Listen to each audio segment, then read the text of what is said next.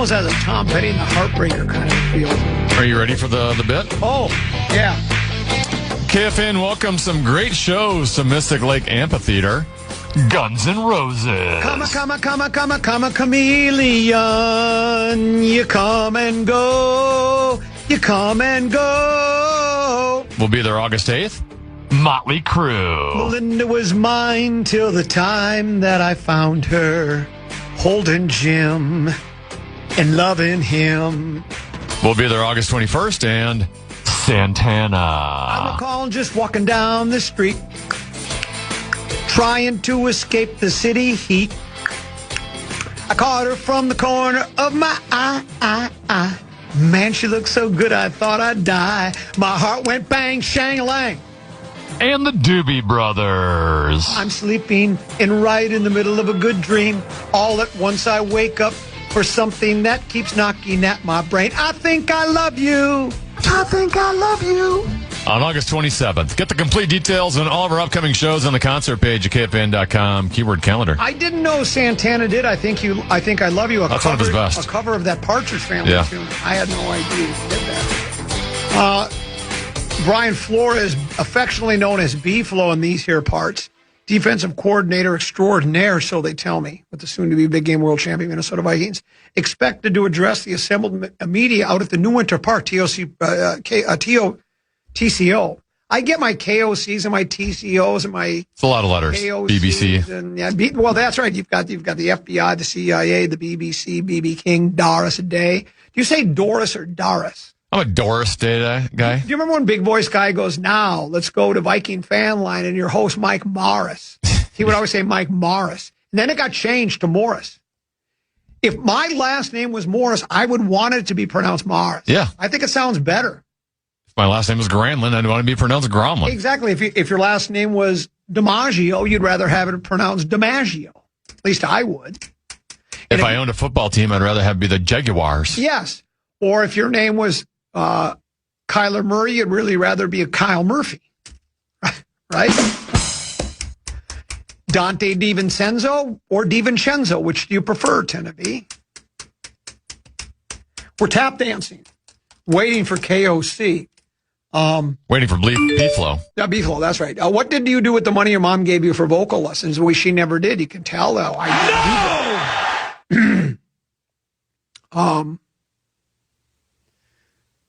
What is the song? God, there's this song that talks about singing out of key. Oh, I'll think of it here. It's a cheesy love song.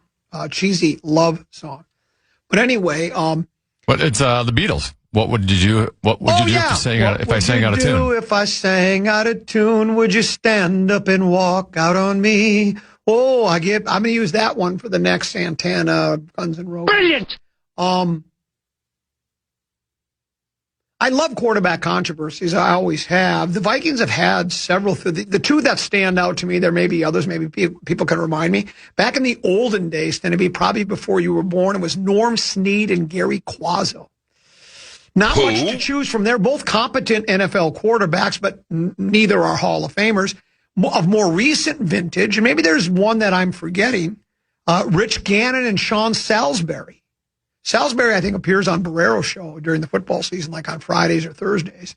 And then Gannon, of course, went on to be, he left the Vikings and he went on to be MVP of the league, playing for the Radiators, and took his team to the big game, though I think they lost to Tampa Bay in the big game. But we had both those guys. You didn't know who to start. Were you a Gannon guy or a Salisbury guy? Were you a Snead guy or a Quazzo guy? Usually when it's quarterback controversies because you don't have one quarterback. That's absolutely right. Oh, back in the days, it was Roger Staubach and what was Craig Morton. And I recanted this. Now, this is something, I recant a lot of tales. I say, I think I've talked about this before, and I always get the smart Alex to go comment. There's nothing you've said on the radio that you haven't talked about before. But there was a time when it was Roger Staubach was battling it out with Craig Morton for the starting quarterback position. And Tom Landry said before the final preseason game, the fourth preseason game, whoever plays better is going to be the starting quarterback for that season. It was kind of controversial. Staubach laid an egg in the first half. Craig Morton was brilliant in the second half. Guess who started the season?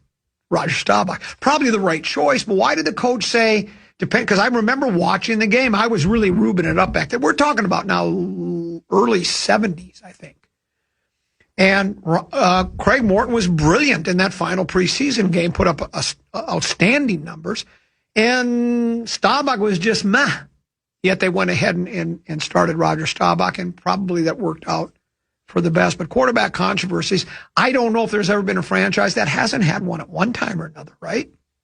Well, the Packers haven't had one for a while. Well, that's true. They've not had one. You're absolutely right. Though back when Bart Starr was first coming up, he was battling out with a guy named Zeke Bratkowski, because he was a really good quarterback, and they didn't know which way to go. And obviously, they ended up coming to the right conclusion by starting Bart Starr. I think Bart Starr, he was the quarterback for the first 2 big game victories for Green Bay. He also won, I think, 3 NFL championships before there was a big game. So he's got 5 rings, man. I mean, he was good. I think he went to, was he in Alabama? They call Alabama the Crimson Tide, and they just call him Bart Starr. What a great name for a quarterback, Bart Starr. And he was a star. There's no question. Brilliant. About that. Wade Wilson, Tommy Kramer. Somebody just reminded me. Wade Wilson and Tommy Kramer. Now, somebody said Wade Wilson and Brad Johnson. Was that also? I don't know. I guess we've had more quarterback competitions or controversies than I can remember or care to remember. We're not going to get B-Flo, are we? Or are we? I would have thought he'd be a guy that would be right on time. He seems like that kind of guy. Yesterday, shockingly, KOC and Nolan Teasley were a minute early. Yeah. Do you think that's... I bet that's Teasley's doing. Because how would KOC... Did KOC turn over a new leaf? That all of a sudden he say, you know what, this year, the year I'm going to be timed. I mean, technically, they hadn't started any practices. It's not like he's watching film or anything. Yeah, that's true. Wasn't there an artist, a musical artist, that was notorious for starting their concerts hours late? Was that Madonna? I don't want to besmirch You'd ask Oak about it. I don't want to besmirch Madonna's name. I'm almost certain there was some artist, I think Lil B talked about it, or maybe I heard it somewhere. Some artist that was notorious for just starting late. Tickets say show starts at 8, and the headliner doesn't come on until 10:30. Are you kidding me, man? I mean, come on. We know you're special. So special. I'm special. Do you know what song that comes from, Genevieve? I feel like I've heard it, but I can't tie it together. The Pretenders, Brass in Pocket. Brass in Pocket. Obscure Pretender songs for 200. It's not actually obscure. That was their first hit ever, Brass in Pocket.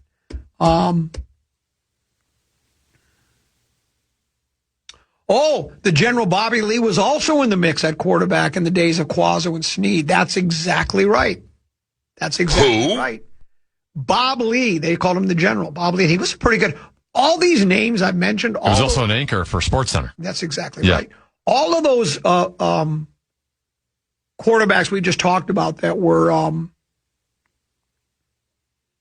involved in so-called quarterback controversy with the Vikings were all good players. How many times have you heard me say it? If you get to the bigs, you got to be fairly adept. They don't just let anybody come and play. Same with coaching. If you're a coach in the National Football League, you know some X's and O's. You might not be the best coach in the world, but you're among them, right? So now what do? Do we keep tap dancing? I got 5 questions available if you want to do that for our tap dancing. Yeah, let's go ahead. I mean, we may as well. We've already done our top of the hour break at 45. So. Time now for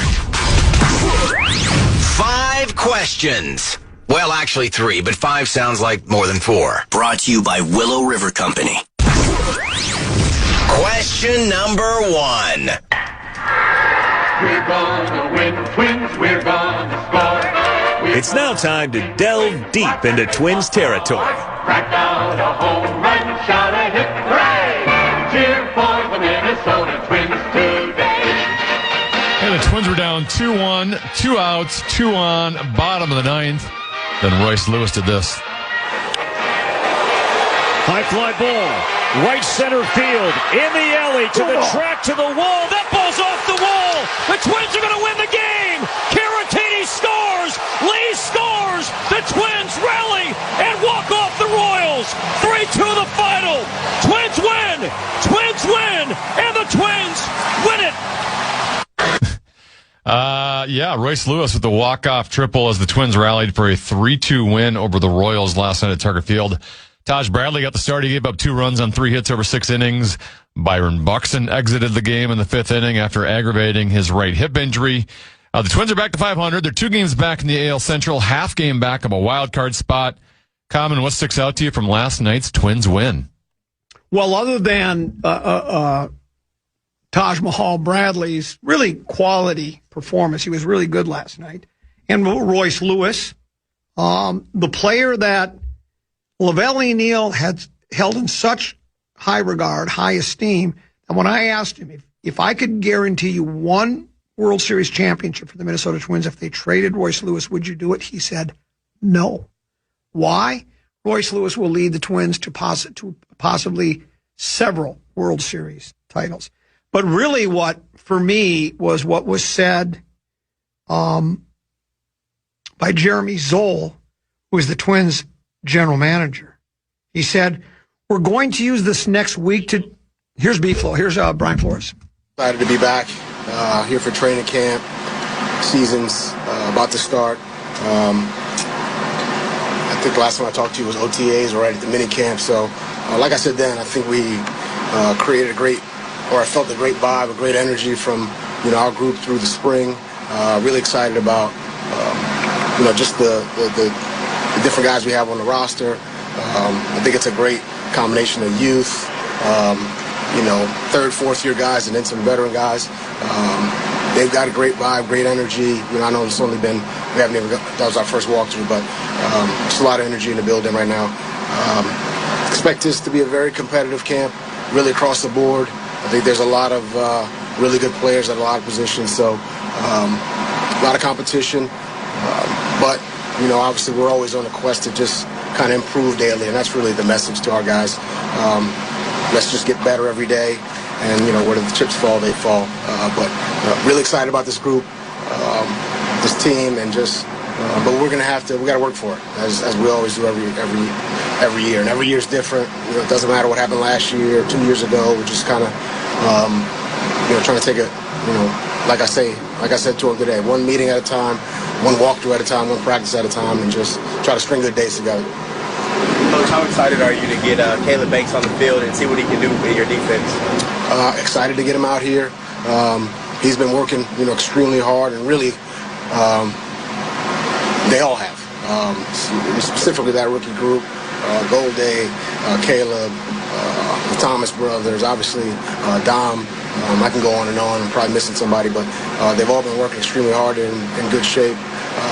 But they all did a great job through the course of the spring. This is our first time getting Caleb on the field. So excited about that. But again, like everyone, it's about daily improvement, technique, fundamentals, communication. With every player, every coach, everybody, there's going to be mistakes. The thing is about learning from them and growing, and that's part of our job and our responsibility as coaches is to help these guys along this journey with their growth, and just try to help them be the best versions of themselves and be the best players they can be. Brian, with Jamal Adams, what do you think of him as a player? How do you see him fitting in? Always had a lot of respect and a lot of admiration for Jamal and his game, going all the way back to college. Obviously a high draft pick, has had a lot of very, very productive years. As far as accolades and awards, he's picked those up as well. But just spending time with him, this is a football guy. He kind of lives and breathes the game. There's a joy and a love for the game that's, infectious. You can kind of feel that in 24 hours. Kind of threw him out there a little bit today. Did a nice job. He's got some just general football knowledge and understanding of concepts. It's, in a lot of ways, it's just going to be terminology. Hey, we had this conversation this morning. We call this, you guys call it this, and it's just kind of like speaking a new language in a lot of ways. So excited about, the acquisition, and again, a lot of competition in the backer, safety. He's obviously played a lot of different roles, so, what's it going to be?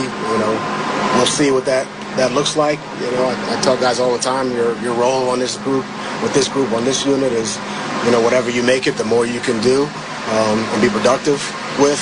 I think Metellus is a great example of that. They're moving a few different spots, then we can do that. But that's what training camp's for. He's got a lot of catching up to do as far as the playbook and really get comfortable. But 36 hours in, it's been good. What do you expect out of Dallas Turner in year 3? Just continued improvement every day. I mean, that's, I'm not really a big, expectations this, I think we just try to improve and get better day after day after day and see where the chips are at the end. But he's been working. Obviously, he's, this being his 3rd year, understanding what his role in the system, with JG, us losing JG, obviously he'll have a bigger role. He understands that. But, it's not like we're throwing a lot of pressure on him saying, hey, you have to be this. That's not really our style of play. Just the message to our guys always is we play team defense. I'm not asking anybody to, take over a game. We do it together as a unit, as a group. That's the message. He knows that. And, let's just string good days together. I mean, that's really, what we're talking about there. But we are excited about where he is, just kind of really across the board. And we're excited about a lot of guys with the group. There's quarterbacks that are, whether it's JJ getting back into it or Kylo on the offense, what do you view your role as being in terms of how those guys get ready? I mean, Kevin talked about iron sharpening iron yesterday, and this defense being tough to practice against, but how do you feel like the defense and the way you guys call it in practices helps them get used to things? Well, those two guys, they made a lot of plays in OTAs, spring. I think obviously it's going to be a fierce competition. But they do a great job, and they've done a great job. And our job is just to, get better on a daily basis. It is an iron on iron. So, I think with the quarterback conversation is one thing, but it's, receivers on DBs, it's O-line versus D-line, it's backers on backs, and it's really, similar to like what we talked about with the kind of defensive team effort. It's a team effort really across the board. I think, we try to give them the looks that they're going to see in season. And so it's back and forth. It's the same thing for them offensively. We're getting empty and motions and shifts and all that, and it's good because that's exactly what it is, iron on iron. And, our role is to support and, try to bring the best out of everybody. And we try to do that, as best we can. Maybe in the same vein as that, for your group and maybe especially like the younger pass rushers and D-line, what impact does Brian O'Neill make for those guys and just helping you guys get better? Yeah, I mean, I think we got a really good, O-line group, that whole group, O'Neill, Darisaw, Donovan. It's a really good group across the board. But specific to B.O., just his leadership and his... I can't tell you how many times I see him just talking to defensive guys about, front structures, safety down, different pass rush games, how we're playing this in the run. But not only that, just, how to be a professional, how to, best practices, pre-practice, post-practice. And he's, just from a leadership standpoint, it's clear why he's been a captain for as many years as he has been. So, but on the field, I mean, he's, a very good player also. So we know that if we can, play well or be competitive against guys like, the two guys we have on the edge and really the entire line, we should be okay, should be okay, once game time comes. But look, every game's different, and so love BL, love everything it brings to the team. Ryan, I feel like Harrison Smith was an extension of you on the field when he was on the field. What does that look like when he's not here now? I think Harry's, his contributions to the team, went a lot further than, just on the field. So he was not constantly, but, his impact on guys like Metellus, on guys like Theo Jackson, on guys like Jay Ward, on guys like Blake Cashman, E. Will, I think collectively there's a sense of trying to, bring what he brought to the table from a communication leadership standpoint. with him, being absent or not being absent, but not being here, I still haven't gotten over it. So obviously he brought a lot to our team. We love him dearly.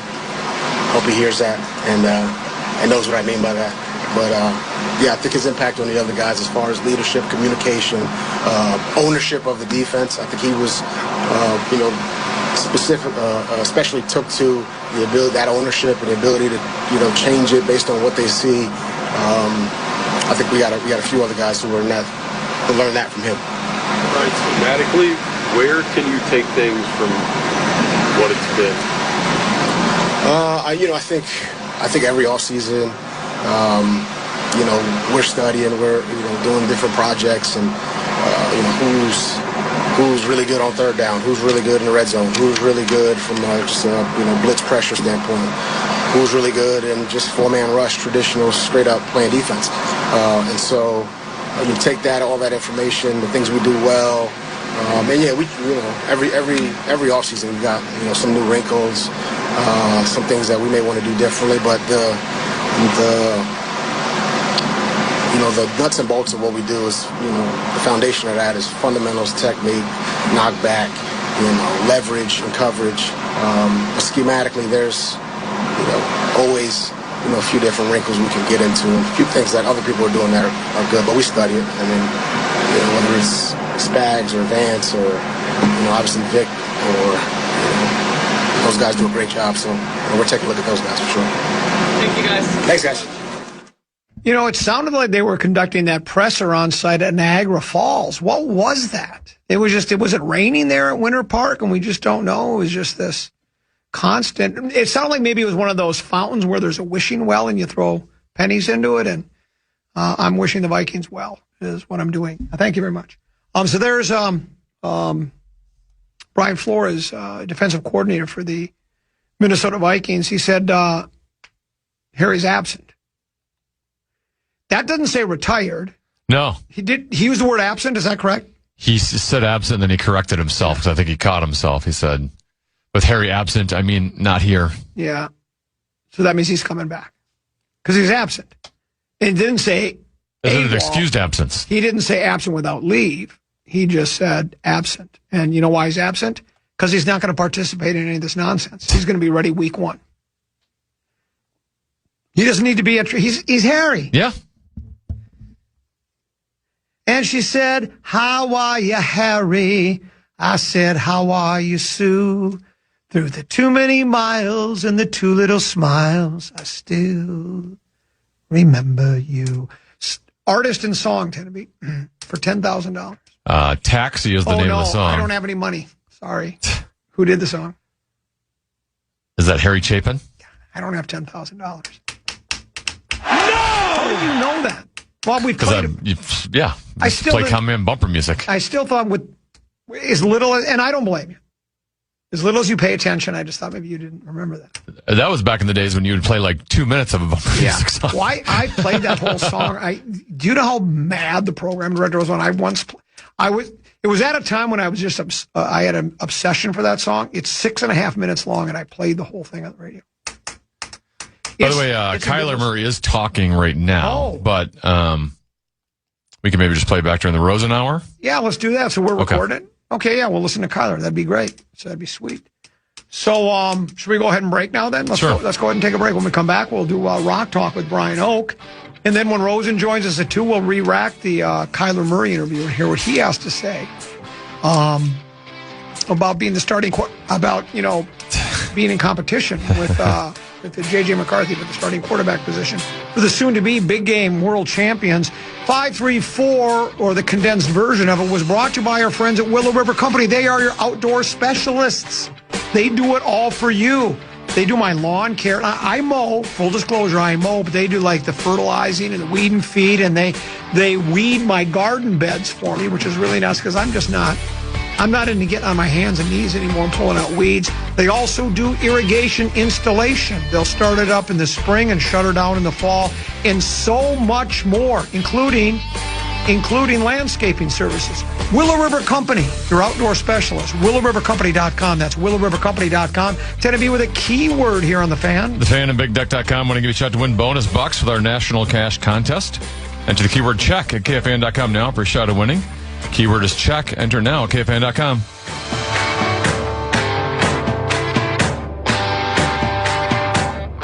The Common Man. You're too opinionated, too negative. KFAN sports updates, ticket giveaways, and show highlights.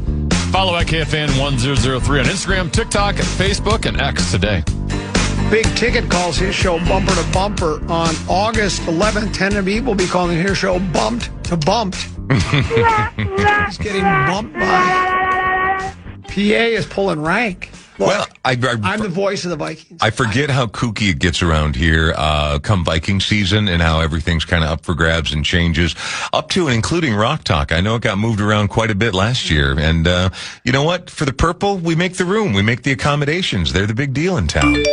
One says, Common, a nostalgic tear just trickled from my eye. You used to play full songs out of breaks with your head firmly in your, remember? Those were the salad days. There was a day we would play full songs out of break. Of course. Much to the chagrin of I played Harry Chapin's Taxi, 6 minutes and 13 seconds. I played the whole thing. I was like a music station. It's a brilliant song. Well, people needed to hear it. If you have never heard it before, this is something you can't go through life without hearing Harry Chapin's Taxi. What that is actually is public service programming because it's required curriculum, and there were people that day who had never heard it before and they didn't have to like the song, but they have to respect it. Yeah. I mean, there's so many great lines, but the one was meant, she handed me $20 for a $2.50 fare. She said, Harry, keep the change. And then he goes, well, another man might have been angry and another man might have been hurt, but another man never would have let her go. I stashed the bill in my shirt. Nice. We kept the 20. See, it's brilliant. Exactly. And there she walks away in silence. Yeah. It's a poignant storytelling. It's incredible. No, absolutely. I mean, again, the magic sort of unfurls and resolves after one listening. I don't know about, 15 listens. There she's acting happy inside her handsome home. Me, I'm flying in my taxi, taking tips and getting stoned. I go flying so high when I'm stoned because when they separated, she was going to become an actress. Yeah. And he was going to learn to fly. No, it's a story of might have beens. On his marijuana, and she's acting as though she's in love with the guy that's, he's well-to-do and because she's passed through the gate in her fine trim lawn. Well, we always end our ROK TOK segment here with our rock rank, and that song would possibly be a tie-in to Rock Rank today. Oh, really? Yeah. Rock rank. Do you like doing Rock Rank or saying Rock Rank? I like them both, but if I had a choice, I wouldn't even do Rock Rank. I would just play the open and talk along with it. I like saying it. This is ROK TOK. It is. Do you want to make that open longer? You could. Just so you can keep saying Rock Rank. Rock Rank. You have to say just double it up.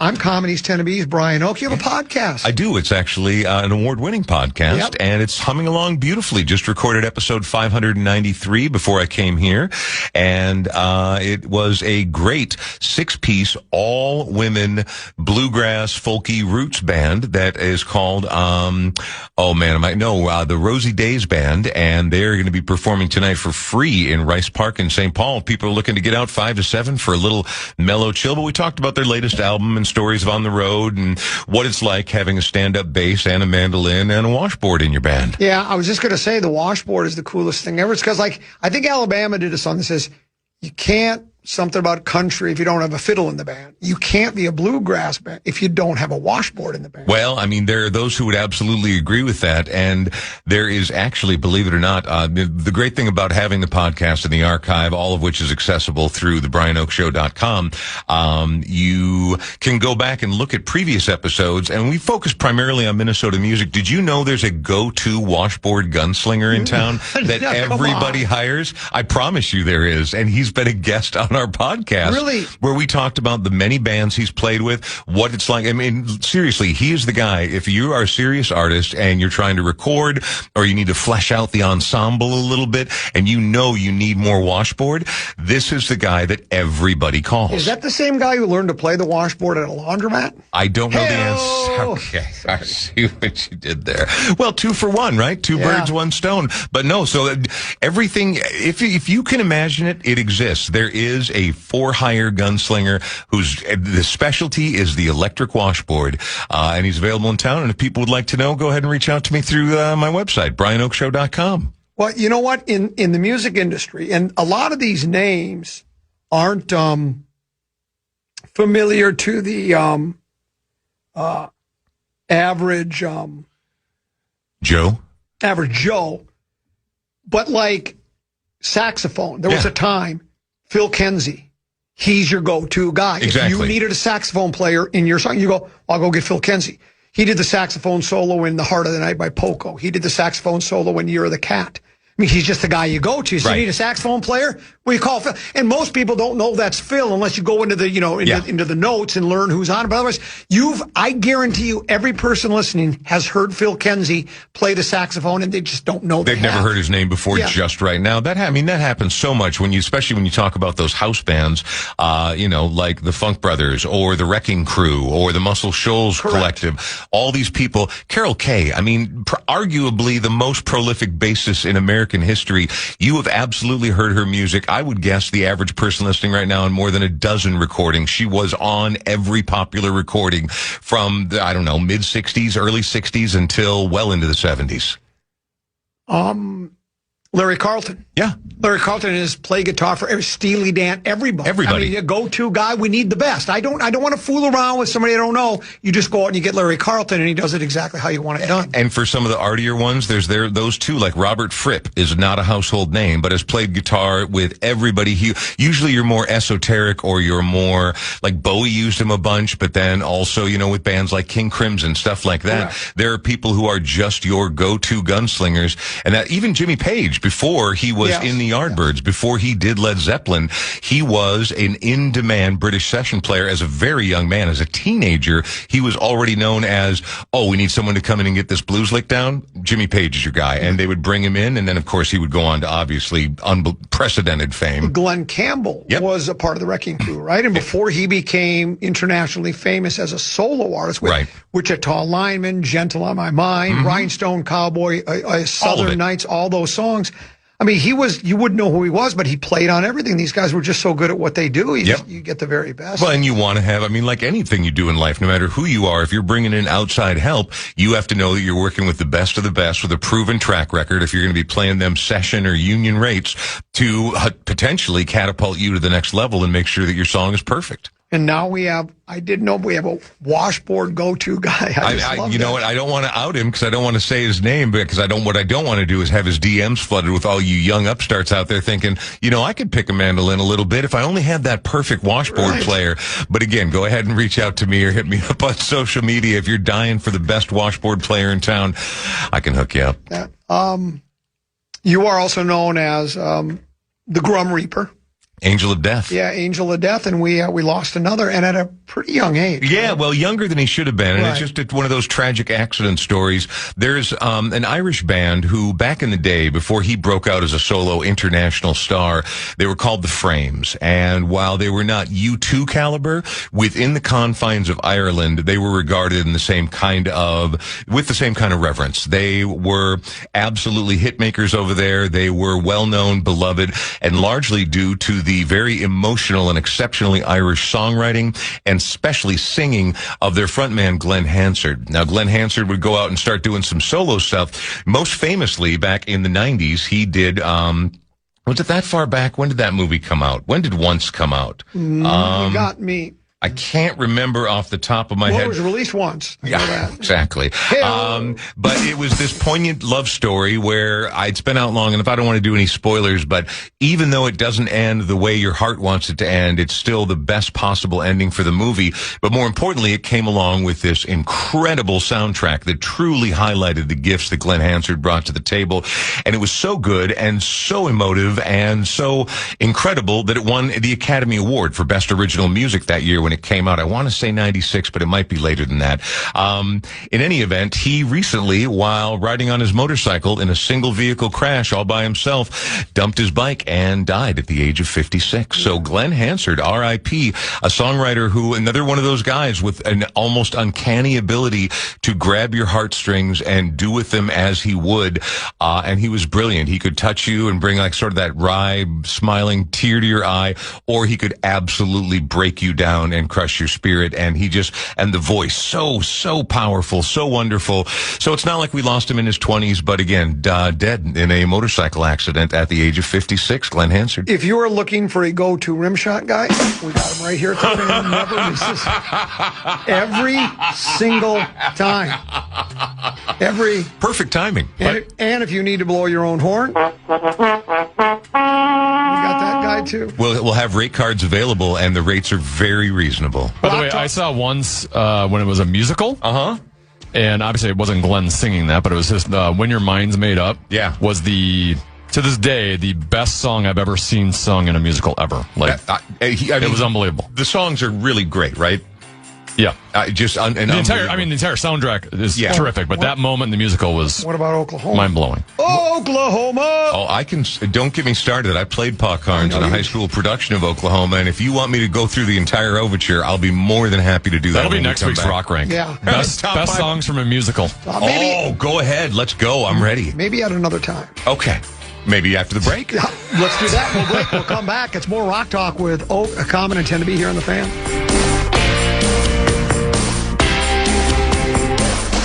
The Common Man. Yeah, honestly, nothing happened. The story, conversation. I didn't feel like the story progressed at all. Weekdays at noon. Mall of America have returned, and we're giving them all away all summer long. Stop by KFAN events or find the KFAN street team out and about to get yours. Redeem at Mall of America for exciting prizes and great deals. See the full event schedule at KFAN.com, keyword calendar. Rock Talk continues on the Fan, getting all sorts of text messages at Bradshaw and Bryant KFAN text line. This one says, Glenn Hansard, even with his fame, would just often unannounced pull up and give free shows in the streets of Dublin just for the hell of it. That's where Just he started. a normal dude. He was a busker when he started, and he came up on the streets of Dublin, working class, no silver spoon, none of that nonsense, and he would just play in the streets, and he was so emotional, or so emotion-filled, and so heartfelt, and so real, that propelled him into actual spotlights and gigs and fame, and so no, he would continue. He's about as quintessentially working-class Irish as you can possibly be, just a wonderful, wonderful, incredibly talented human being. Matt from Little Falls says, once came out in 2007. There we go. I knew I was going back too far. He says, I saw Glenn Hansard at the State Theater, and he was a great showman and singer. Mm-hmm. Here's another one that says, Candy Dulfer, awesome on the saxophone. Oh, yeah. Here's another one. The bassist Leland Sklar is one of my favorite session musicians. His playing is incredible. Plus, he looks like Father Time. Well, I mean, then that's a win-win, right? Yeah, he's got that going for him.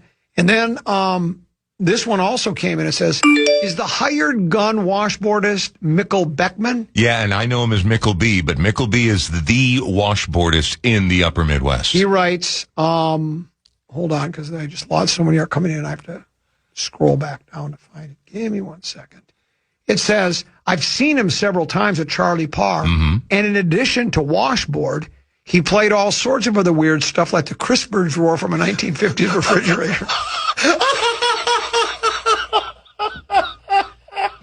Larry Mondello guy. Brilliant. Larry Mondello guy. The crisper drawer from a thing. Who can ever play it? Nobody played it like Mickle-B. Nobody's ever played one like Mickle-B. As a matter of fact, nobody ever has played one other than Mickle-B. Have you spent time hanging out with Larry Mondello, guy? Because too much time. I would love to sit around because he's so good and so funny. And even if it takes him a minute to finally kind of craft it with exactly the right words, I would like to spend more time with Larry Mondello, guy, because he is consistently one of the funniest people that I ever hear contribute stuff on here. Is that the preposterous statement tournament? I don't know him, so how can it be preposterous? Yeah. Is he not fun to hang out with? You can spend time with him anytime you want. Just come to a Flop, Sweat, and Tears show and hang out in the back room. Oh, I'm busy that night. Yeah. I haven't even told you what. No, I know. Between all the sorting socks and the paint dry, I've got asphalt being delivered sometime in the next 6 months. Yeah. It could probably be that day because they put a 6-month window on asphalt. They do. Anytime between August 2nd and February 14th, it will be coming by. And of course, when it arrives, you can't really plunge your head into it unless it's piping hot and fresh. My favorite group and yours, the Beatles, revealed an upcoming Super Deluxe. Well, it's got to be because at this point, all the deluxes have come out. That's correct. A Super Deluxe reissue of Rubber Soul, which features a new stereo mix, session outtakes, and a previously unheard John Lennon track. I love that. How has this stuff not been heard before? I've always wondered that, where they come up with all this stuff. Oh, where has this stuff been? And it got on a cutting room floor. Somebody swept it up and put it in a vault, and now they're digging into these vaults. It seems we're talking 60, 70 years now, right? I agreed. I mean, with antiques, literally. Some of this stuff, a lot of times, I don't really usually. I mean, these things are only designed for the absolute diehards, right? It's kind of like buying bootlegs of old live concerts that have been pressed onto vinyl. They usually don't sound good, and there's a reason that they were never commercially released because they are a subpar product, right? Now, with the Beatles, people are so forgiving because they're so legendary, and anything that any of them touched, people, Beatles fans in particular, really want to get their hands on. And so I'm going to bet that demo by Lennon is not brilliant. Probably not even great. But it's a demo from Lennon we've never heard before. And so you think it is bizarre that there's still stuff to be released that hasn't been heard before or leaked somehow. But think about how many times, I mean, for 10 years, they were literally in the studio constantly, right? And so there's going to be that kind of stuff laying around. And when it trickles out here and there, I mean, like the Prince estate, they've openly admitted, now that the purple one has passed, that there are thousands upon thousands upon thousands of hours of all these things because he was a tireless worker. He was absolutely a workaholic. But again, most of it wasn't released, and he was very strict about that because he only wanted to put out the best of the best. He didn't want people looking at these half-finished projects and ideas, but people are so hungry for it that the stuff is getting released and making money. When Anthology was released in the mid-90s, there were 3 2-CD sets, the early days, the middle days, and then their last days, right? So it was split into 3 different segments. And I couldn't wait for each one to come out. I was the first at the store, waiting for the store to one of those guys, right? But this was kind of the first big wave of the reissue stuff of theirs. And it was, if you were a Beatles fan, you were breathlessly waiting for it. And I was hung on every note, right? And my favorite part was when they had a 3-part where Lennon's writing Strawberry Fields Forever, which is not only my favorite Beatles song of all time, but it's my favorite song of all time. Which, right? And the first one, it's from a cassette. So like you say, the sound isn't great. And he's at home trying to figure it out. It doesn't sound anything like the finished product. And you hear him say a couple of times, I can't do it. He's mad because he can't. Then it goes to the next version, which was closer to it. And then the third one is not exactly like the final one, but that's it. And you just go, how that song started here, there, and everywhere. See what I did there? And all of a sudden it gets to the very end, you go, whoa, that's how they do these things. Right. The song might start out, I was talking about this with earlier in the week. I stumbled across a Bob Costas interview of Stephen Stills from like 1991. Right. Came up. And they asked Stephen, one of the questions was, what do you think are your best contributions to Crosby, Stills, and Nash? And one of them he mentioned was Sweet Judy Blue. I was written about Judy Collins. Right. And he said that actually came from like 3 different songs that I'd been workshopping and didn't know what to do with them and got them started and didn't know where to go. And then he put all three together to create one song. And if you've listened to it, I hope a lot of our listeners have. I know you, of course, you have. It's like three different songs in one, and it's a work of art. And that's why they call it a suite. Yes, right. Exactly. Because not unlike the suite of songs that are on Abbey Road, right? Yeah, I mean, because exactly. those were a jumble of songs that they weren't quite finished, but there were parts that were great enough to be a song. Well, and again, I think too, when you talk about how you got to watch the evolution of John Lennon figuring that out, when we're talking about characters that are as legendary, as iconic as a Beatle, right? That's why there's going to be excitement around this. That demo alone is going to move units of this super deluxe edition. Correct. Because he's big enough that people have to know more and they want to know all of it. What was the name of that most recent Beatles movie? Was where they were doing Let It Be? Was that Get Back? Yeah. Well, and it was the evolution of that song as well that we watched. We heard like 3 different times Paul McCartney riffing with it, playing it around in the studio. It wasn't finished yet, and we also got to watch him completely disrespect and disregard George Harrison when he brought his new song "I Me Mine" in, and Paul couldn't even be bothered to look down at him. He's talking to someone else as George is trying to play it for him. Yeah, and then George came out with "All Things Must Pass." Easily the best post Beatles release by any of the Beatles, up to and including, and I love Wings, but All Things Must Pass is a masterwork. I think you told me once that you're not a big fan of live albums, and they're not my favorite either. But they got to be great, or I have to love the artist so much that I'm willing to forgive the imperfections. Concert from Bangladesh, 1971. There you go, another huge one. Good as it gets. It is. Well, and it comes in these delicious box sets too. We sell a bunch of them at the shop I work at, and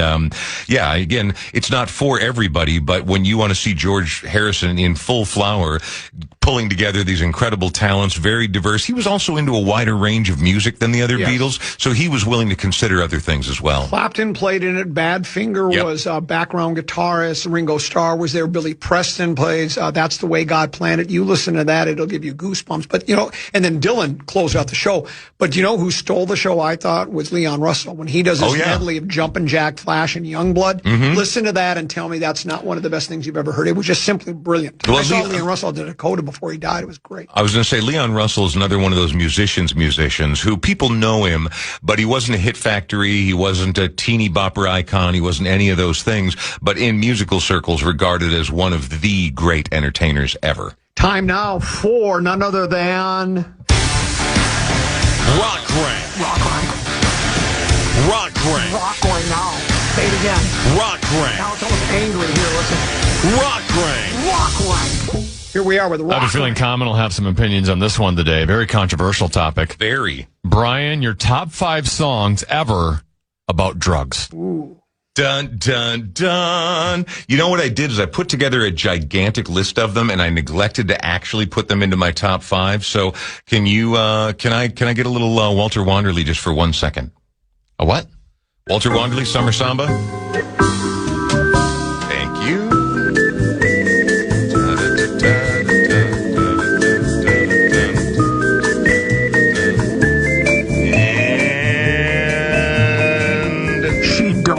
She don't lie. Are you on drugs right now? Is that what's going on? Well, no, I'm not on drugs right now. Okay, this is hard because there are so many brilliant ones and legendary and iconic ones, also modern era ones, but I'm just going to give you 5 that I absolutely, absolutely love. And so, I'm ready with number 5.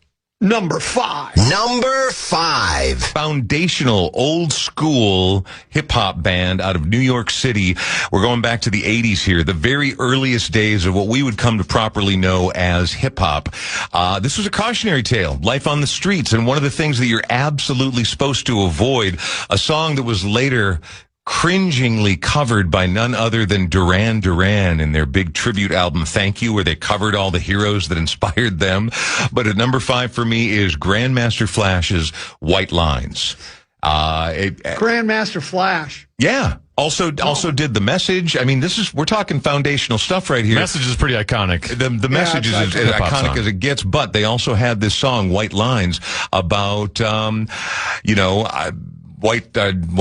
wish I had it down. I wish I was a better rapper. I've always wished I was a better. What's that funny to you, Tana?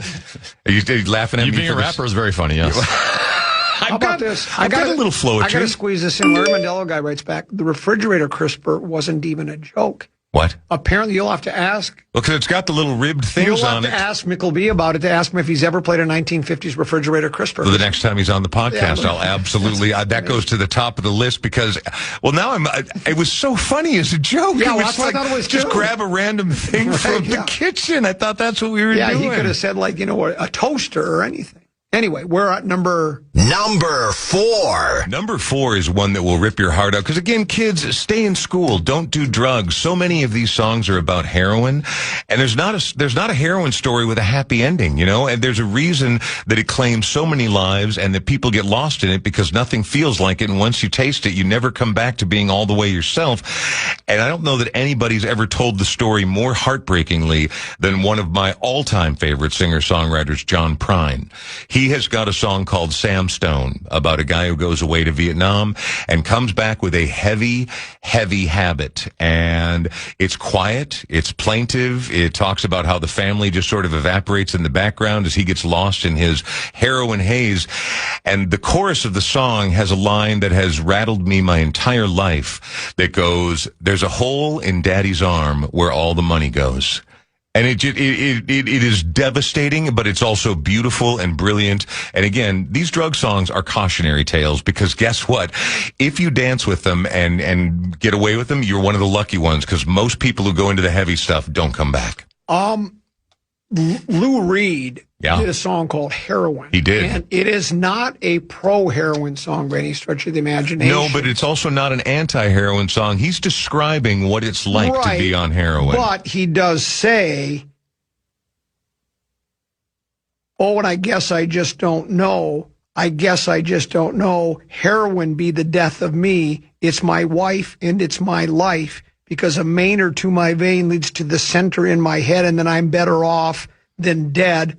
When the smack begins to flow, then I really don't care anymore. And I mean, he goes on to talk about how awful it is. So it's a long song, too. Oh, yeah. If you hear the live version of it. And so a lot of people think it's basically a pro-heroin, but it's really not. He's talking about how awful it ends up. And he has another song about the acquisition of heroin called Waiting for the Man, which a lot of people think about the perils of actually doing the drugs. No one talks about what a hassle it often is to actually get your hands on the drugs. Yeah. And so the whole premise of his is, he's never early. He's always late. First thing you learn is that you always have to wait. Yeah. And he's sitting there, it's cold and dirty, more dead than alive, talking about sitting around there withdrawing with $26 in his hand, waiting for his drug dealer to arrive, and then he can finally get his drugs. So again, even though he's telling the story and he's taking credit for having lived the life, it's all cautionary tales. Again, heroin is about the worst thing you could ever put in your body. Number 3. Well, you just stole my thunder a little bit because I put the Velvet Underground's Heroin in at number 3, so I'm going to change it to another heroin song at number 3, and I'm going to go with Neil Young's The Needle and the Damage Done. Another quiet one, another very acousticy one, and one that will stick with you forever because it brings you in. If the world of heroin and deep drug addiction is a foreign land to you and you're just like, you can't even kind of relate, a lot of these songwriters are able to kind of bridge the gap and at least invite you into sort of the emptiness, the hollowness, the constant hunger of being a drug addict. There's a lot going on there and a lot to unpack. And, there are a lot of recovered addicts out there. People do survive and do see the other side, but obviously the tale of rock and roll or the blues or jazz, country is littered with people who, if not heroin, then barbiturates, then alcohol, then cocaine. It's just claimed so many people because you keep trying to make it higher. You keep trying to go further. And some of these songs do a really good job of articulating that and not really necessarily glorifying it. Number 3. Whiskey bottles, brand new cars, oak tree, you're in my way. There's too much coke and too much smoke. Look what's going on inside you. Ooh, that smell. Can't you smell that smell? The smell of death all around you. So again, Leonard Skinner, an anti-drinking and drug song. Basically, what you're smelling is death. Mm-hmm. Yeah. Another, for me, top 5 song about drugs.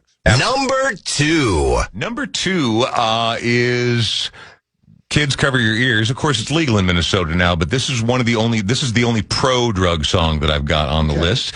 And this would be Black Sabbath. Proto-metal, were they the first heavy metal band? Were they? Yeah, the yes is the answer to that. But they sang about a lot of different things, and really people think, oh, they were satanic. They weren't. The name obviously leads you down that path. But every time they sang about Satan or anything like that, it was always cautionary tales like, you don't want to go this way. This is not a good thing. You were giving up your life and your soul. Same thing with drugs. However, they were very strong proponents of the devil's weed, of the wacky tobacco, and put out an incredible song, perhaps the original truly defining rock anthem that is pro-marijuana, called Sweet Leaf. And the opening riff is so heavy and so big, and then he goes on to tell the tale, Ozzy does, of when I first met you, I didn't realize something, you opened up my mind, and he goes on to talk about how marijuana has made his life worth living and has changed it for the better, really.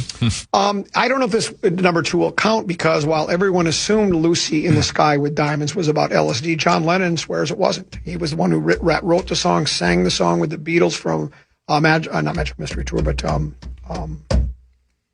what album? Sgt. Pepper's Lonely Hearts Club Band. Oh, there we go. Sorry, I'm sorry. And he said it came from his son drew a picture, and he wrote the song Lucy in the Sky with Diamonds. And, of course, the lyrics would make you think he's talking about an LSD trip. Picture yourself in a boat on a river with tangerine trees and marmalade. The girl with kaleidoscope eyes. Can we, newspaper taxis appear at the shore. Exactly. Does that count as a drug? Absolutely, well, he says it does. It wasn't. Okay, but even if it wasn't, the fact that LSD, Lucy in the Sky with Diamonds, and then the visual imagery, I promise you that even if it's not about drugs, more than a few people who listened to it were absolutely enjoying the fruits of drugs while they were enjoying. I mean, you can't get more directly druggy lyrical imagery than that, and that's why people assume it's got to be about LSD. And guess what? Hint. It's about LSD. Are we moving up to number one? Number one. We're both going to have the same song. I know it. I don't know that we are going to have the same song. In fact, I guarantee you we're not going to have number one. What do you got? One pill makes you larger. I knew you were going to pick that as number one, so I didn't touch it. It's one of the greatest songs of all time. I couldn't agree more. It's fantastic. Grace Slick actually wrote the song when she was with a different band. The Great Society. Yes, exactly. And then all of a sudden she brought it to the Jefferson Airplane. She also did that with Somebody to Love, which the Jefferson Airplane version of both those songs, significantly better than the version with the Great Society. White Rabbit. Mine comes from the White Rabbit's not your number one. It's still I'm not saying it's not a good song, and it is a great druggy song. Well, I went back to, you know what? I was almost going to make all five of them about heroin because there are so many of them. My number one song about drugs, and this is with my deep love of classic rock and many of these themes. You know, you could go there with Cream, with The Doors. The Rolling Stones have about 15 songs that qualify, like Mother's Little Helper and Sister Morphine. Almost cracked my top five right here. And even Hendrix, Purple Haze, love all those. But my favorite song about the perils of rock and roll decadence comes from the 1987 album by Guns N' Roses, Appetite for Destruction, their debut full-length release, a song called Mr. Brownstone. Nice. Oh, you like that one? Yeah. Yeah, with the opening riff is so spectacular. Axl's voice is right where I like it. It's not in the ultra screamy range till the end of it. And it tells a story of what it's like to be in a cool rock band. And the chorus is, "We've been dancing with Mr. Brownstone. He won't leave me alone." And it tells in the successive verses how much it's affecting them, how much they can't do their jobs, how much it's ripping them all apart and wrecking them. And it just also, it's rock and roll, man. It is riffs. It is great screamy vocals. And that's probably my very favorite song about drugs. But I got a million on my also ran list. When the men on the chessboard get up and tell you where to go and you just have some kind of mushroom and your mind is moving low, go ask Alice. I think she'll know. And the White Knight is talking backwards and the Red Queen's off with her head. Remember what the Dormouse said, feed your head. No, it's the druggiest song there is. You asked me my top five. Well, you have to change your top I'm not going to change my... Did you know the Beatles have a pro-pot song? McCartney admitted that their song "Got to Get You Into My Life" is about That's what he said, marijuana because they did drink some tea with Bob Dylan when they met him, and that's how that whole got. So Bob Dylan and the Beatles smoking weed together gave us half the music that informs the classical rock book. There you go. Common, what about Young, Wild, and Free? I hadn't thought of that. So what about Can't Feel Drunk? So what we smoke weed? What about Afro Man? Because I got high. Because I got high. Thank you very much. Itchy Coo Park is on there. Steppenwolf's The Pusher. I can't believe you didn't pick that. Strawberry Alarm Clock, Incense and Peppermints, Black Crows, She Talks to Angels, John Lennon's Cold Turkey. That's definitely about drugs. And Cypress Hill with the timeless classic, Hits from the Bong. No Bone Thugs and Harmony in there? I don't know enough Bone.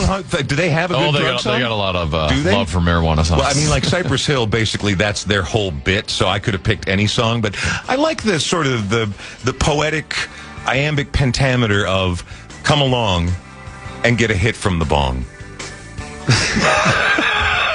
I'm going to text you a Bone Thug song. Oh, please do. Swag. Oh, yeah. The website, BrianOakShow.com is our newly revamped website where you can learn all about my award-winning podcast, see the most recent episode feature there, but also find your way to the archive of more than 590 previous episodes. And yes, a whole line of Brian Oak Show merchandise with our hashtag, Always Learning. By the way, don't do drugs. Kids, stay in. I'm not joking. Stay in school and don't do drugs. I don't consider marijuana a hard drug.